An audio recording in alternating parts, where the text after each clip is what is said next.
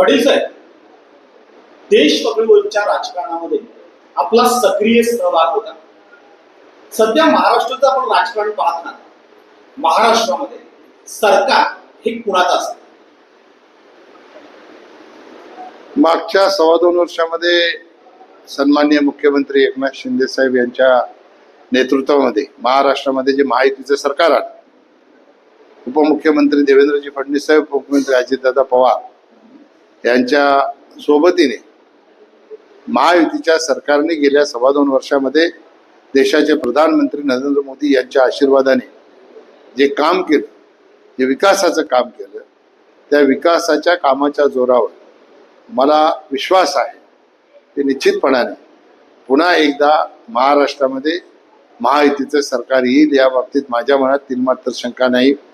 कारण या महाराष्ट्रामध्ये महायुतीचं सरकार येणं हे भाजपाची, शिवसेनेची किंवा राष्ट्रवादीची गरज नाहीये, तर ही महाराष्ट्राची गरज आहे. आणि म्हणून आपल्या माध्यमातून जनतेला मी निश्चितपणाने आवाहन करीन की महायुतीच्या सरकारच्या आधी जे महाविकास आघाडीचं सरकार आलं होतं, त्या महाविकास आघाडीच्या सरकारने राज्याचा सगळा विकास ठप्प केला होता. खोटे नॅरेटिव्ह सेट करून काहीतरी अफवा पसरवून जनतेची दिशाभूल करण्याचं काम त्यांनी 2-2.5 वर्षामध्ये केलं.